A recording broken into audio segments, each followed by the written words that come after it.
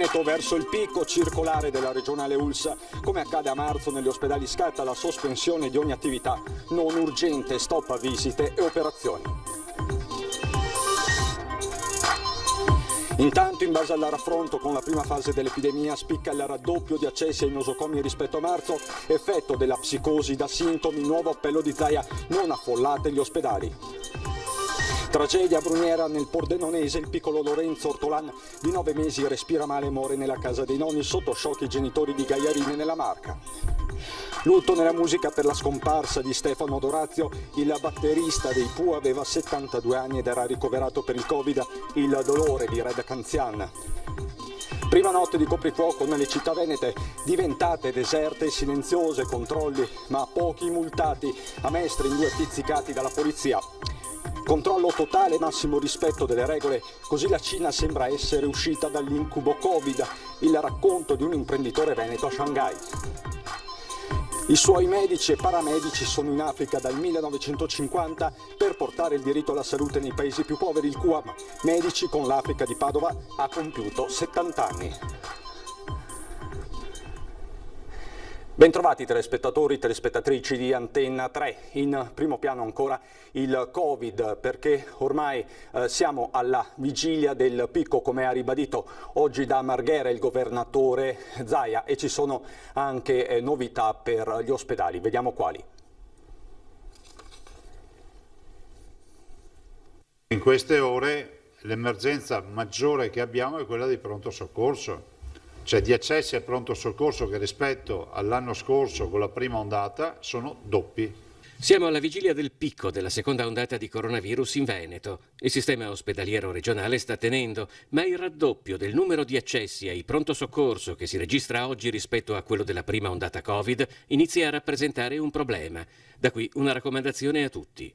Evitare al massimo l'accesso al pronto soccorso, di farlo solo in casi indispensabili, cercare il medico di base che anche telefonicamente può dare le prime indicazioni, perché poi vediamo che il 70% di coloro che accedono al pronto soccorso tornano a casa.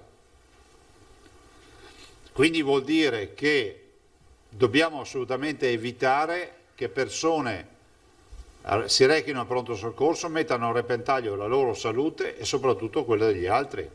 La media degli accessi nei pronto soccorso del Veneto era di circa 4.500 al giorno, scesa poi a circa 1.200 durante il lockdown. Da ottobre questi numeri sono più che raddoppiati, circa 2.500-3.000 al giorno. Sarebbe utile, ha detto Zaia, intercettassimo queste persone sul territorio prima di farle arrivare ai pronto soccorso.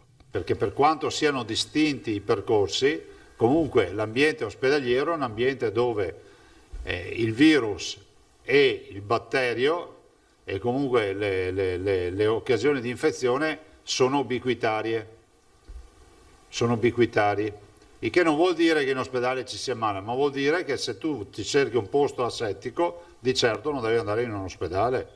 Il virus in Veneto ha un andamento importante, ma i positivi crescono perché si fanno molti più tamponi di prima. Se a marzo si fossero fatti lo stesso numero di tamponi di oggi, circa 30.000 ogni 24 ore, ha detto Zaia, si sarebbe trovato il doppio di positivi, oltre 6.000 rispetto ai 3.800 di oggi.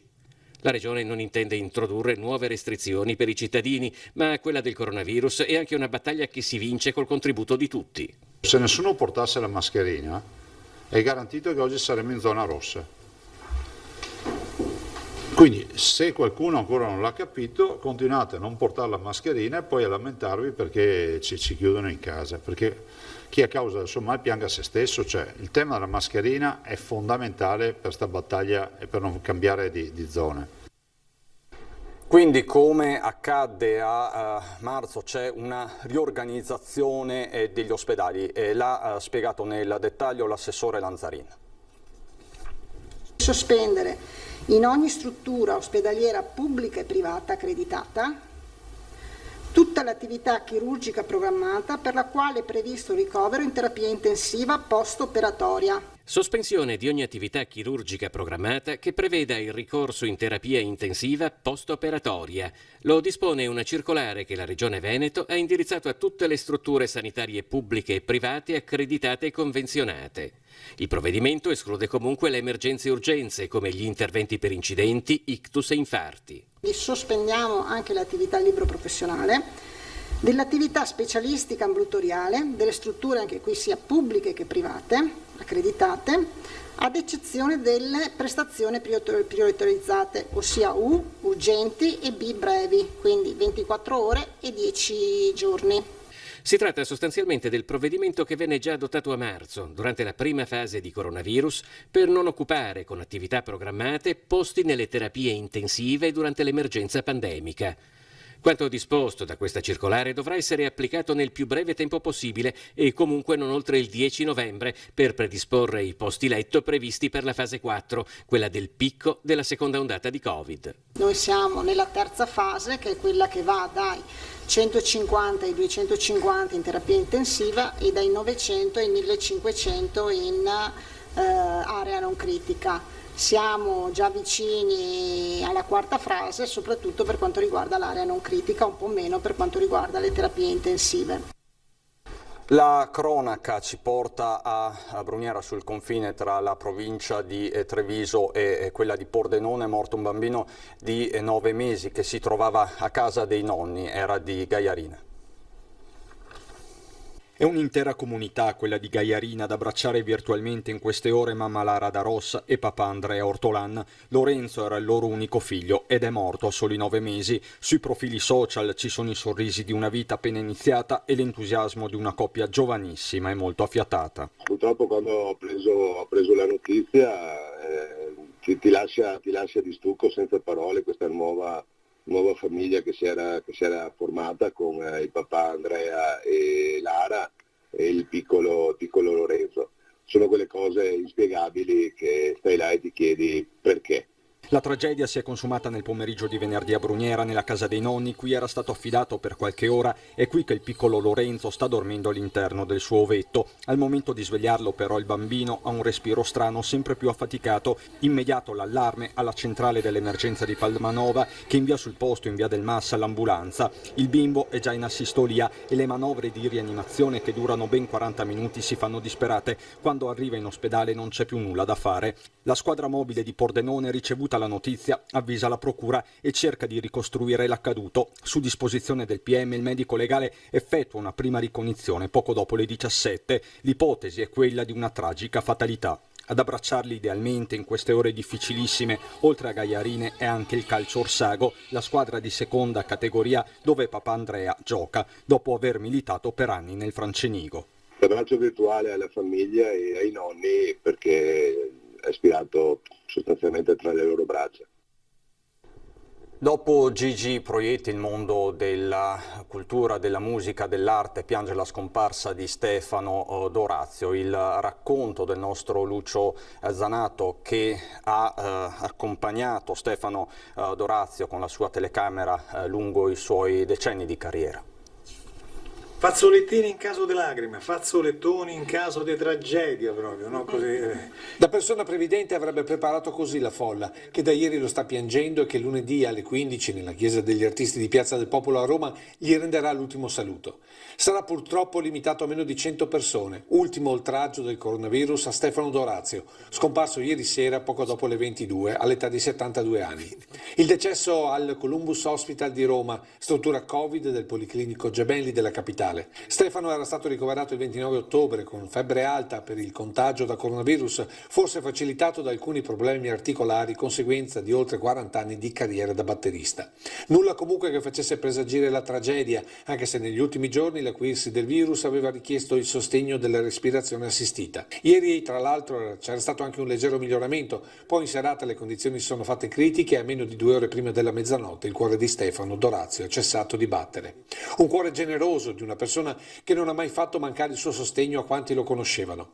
Sapeva essere geniale, nello stesso tempo pragmatico. Ha firmato testi dei Pooh che sono pagine di storia della musica italiana e contemporaneamente ha pianificato eventi unici come i grandi concerti, le tournée internazionali, i treni a sostegno della Fondazione Telethon, che per anni sono stati l'evento clou delle maratone televisive. Nel 2009 aveva deciso di lasciare le scene per dedicarsi a sceneggiature, libri e musical, come l'adattamento italiano di Mamma Mia con le musiche degli ABBA, ma soprattutto Pinocchio, per il quale è stato costruito a Milano il Teatro della Luna. E poi ancora Zorro, Aladdin, solo per citare alcuni titoli.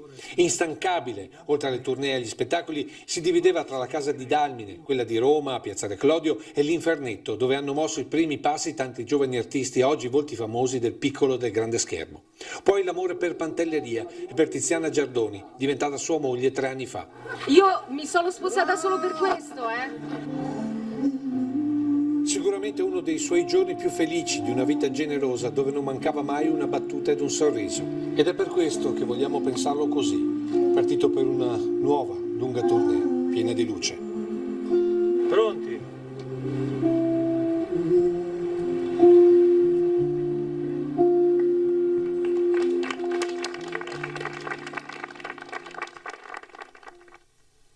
Ci sono poi il dolore e il ricordo del trevigiano Red Canzian.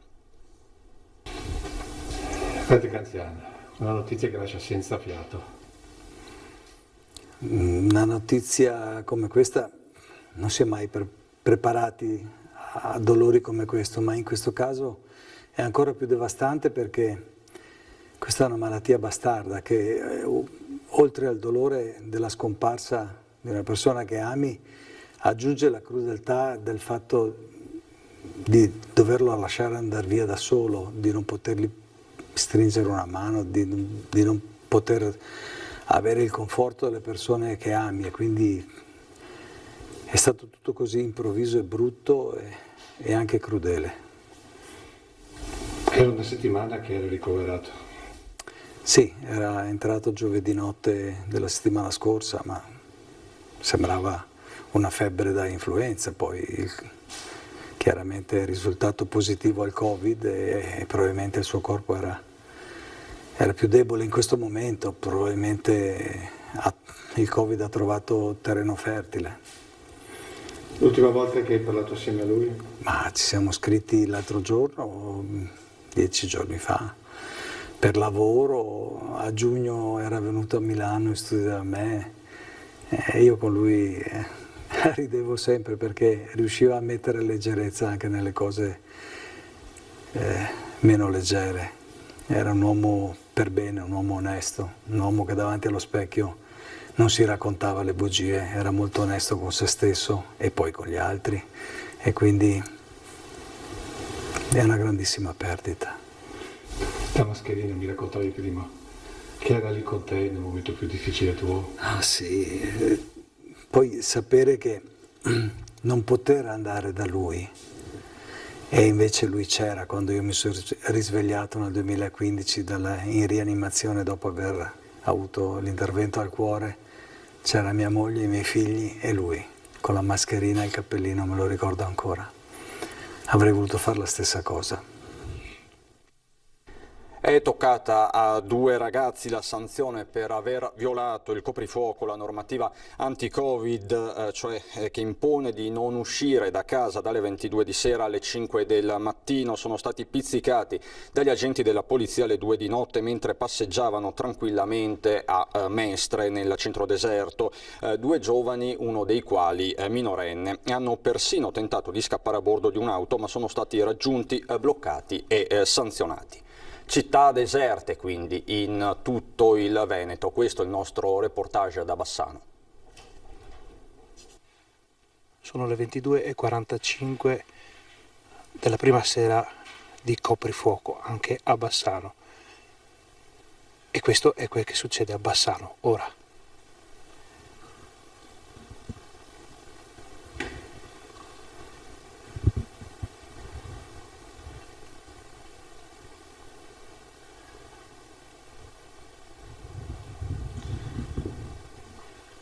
Qui dove in una serata come questa, in un venerdì sera qualsiasi, pullula di persone, di giovani, di gente che va nei bar, che va a mangiare, che fa una passeggiata, che scopre una città, che scopre il proprio tempo libero, invece non c'è niente, non c'è nessuno, solo il rumore del vento.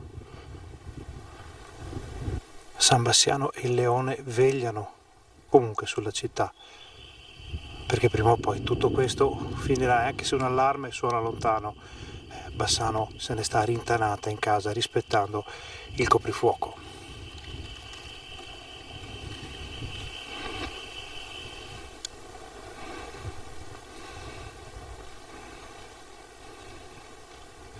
Il piazzotto Montevecchio, i tavolini orfani degli avventori e silenziosi aspettano che sia la mattina successiva per poter rivedere almeno qualcuno per le colazioni, per gli aperitivi, per una risata, una chiacchiera in compagnia, quando tutto questo sarà finito.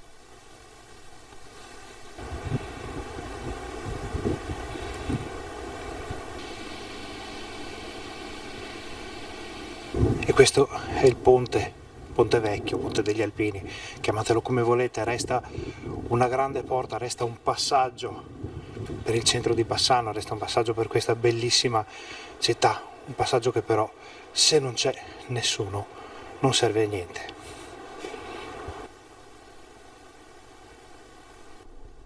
Da Bassano a Vicenza, vediamo com'è andata. Ieri sera è stata la prima serata di coprifuoco. Non ho niente, assolutamente. Siamo sempre a casa anche la sera, perciò coprifuoco o meno siamo sempre a casa lo stesso.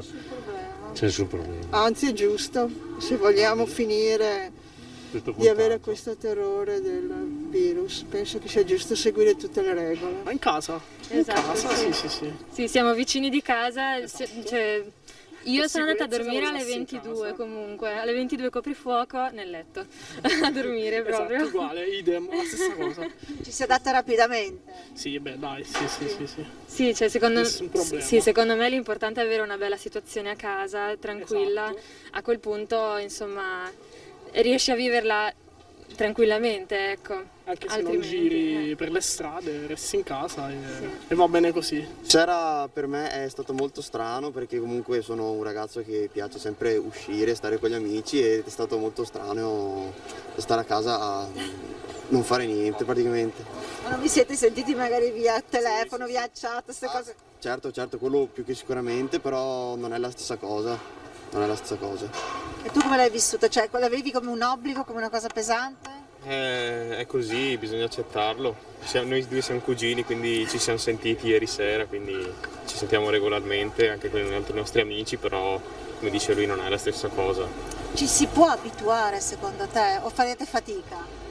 Beh, l'abbiamo già vissuta una situazione del genere, quindi secondo me oltre ad essere più preparati preparati sia mentalmente che comunque a rispettare le regole, quindi per far sì che finisca tutto dobbiamo fare così. Aperitivo cambiato, si fa alle 5?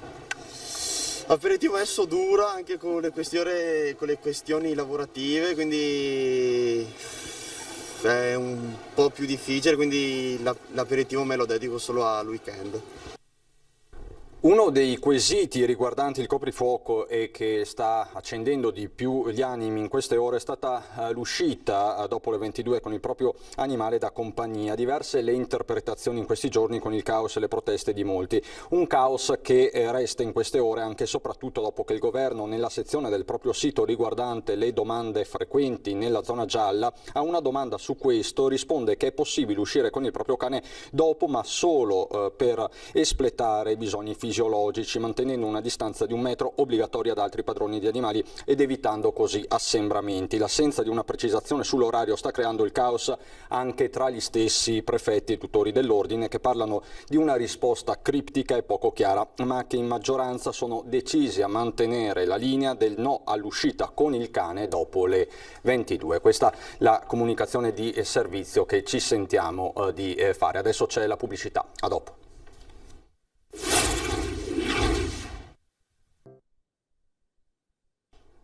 controllo totale e massimo rispetto delle regole, così la Cina sembra essere uscita dall'incubo del Covid. Lo racconta l'imprenditore bassanese Riccardo Parise, che vive e lavora a Shanghai. Sentite.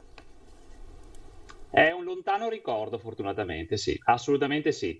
Ormai è obbligatoria in pochissimi posti, ricordo l'ospedale, la metro e nulla più. Il sogno di tutti, dimenticarsi della mascherina e della paura. Shanghai, Cina, 23 milioni di abitanti per una città che è come più regioni italiane messe insieme. Qui vive e lavora l'imprenditore bassanese Riccardo Parise, che racconta della Cina del miracolo paradossale, laddove tutto è nato, tutto quasi sembra risolto. La percezione della differenza di vita pre-Covid non c'è più, merito di un numero di nuovi casi estremamente esiguo in rapporto alla popolazione.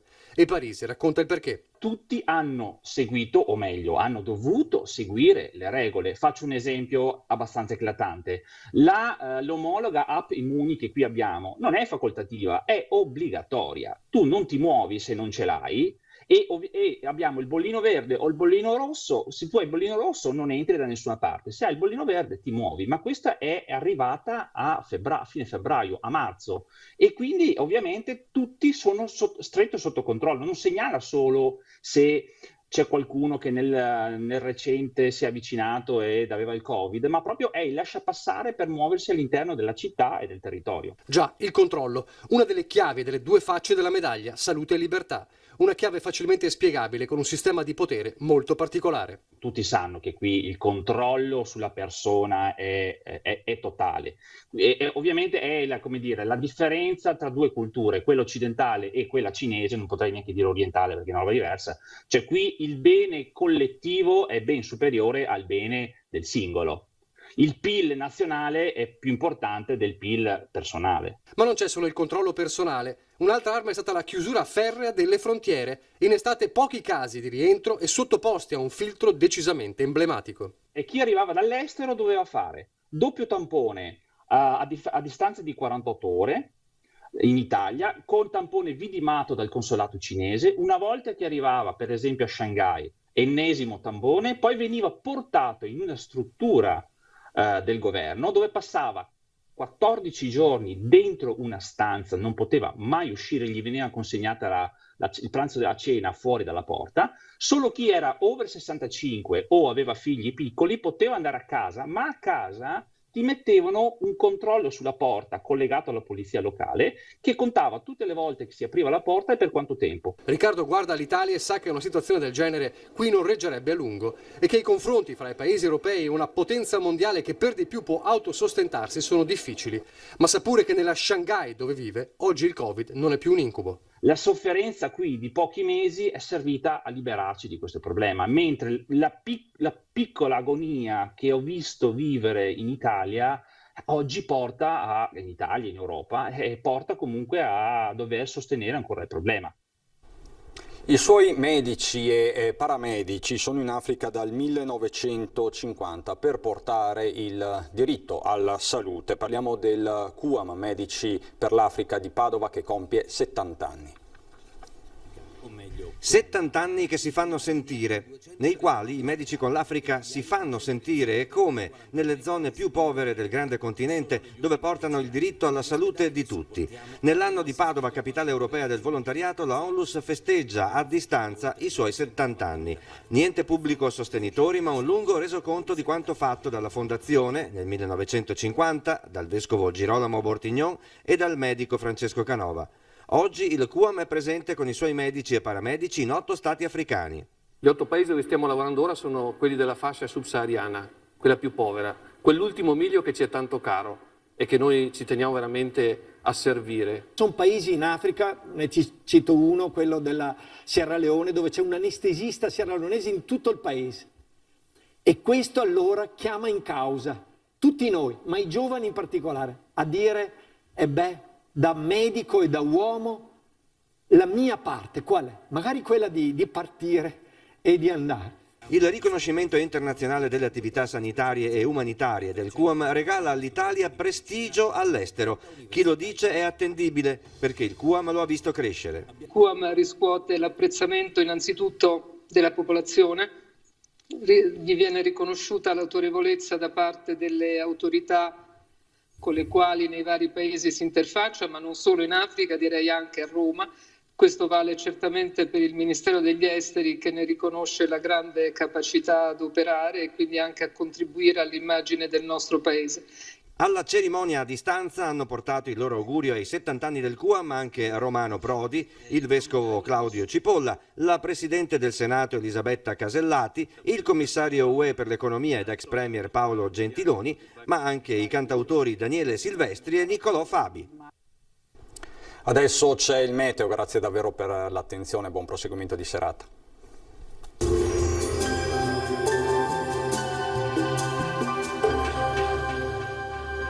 Agenzia Le Cirque. Per vendere o acquistare la tua casa, Agenzia Le Cirque. Professionisti al tuo servizio. Benvenuti al meteo. Sarà ancora l'anticiclone ad accompagnarci in questa domenica 8 novembre. Vediamo la previsione nel dettaglio. Sul Veneto al mattino avremo locali riduzioni della visibilità più frequenti negli altipiani delle prealpi e sulle pianure più meridionali della nostra regione.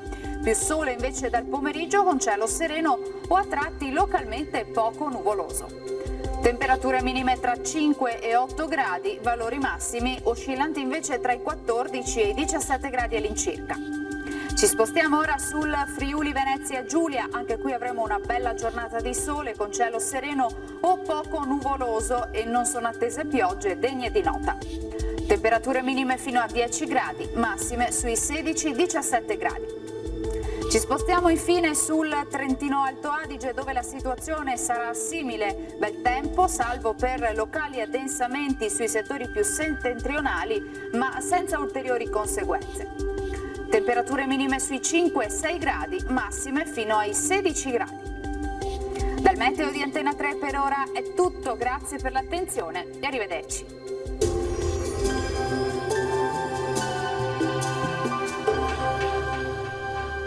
Agenzia Le Cirque. Per vendere o acquistare la tua casa, Agenzia Le Cirque. Professionisti al tuo servizio.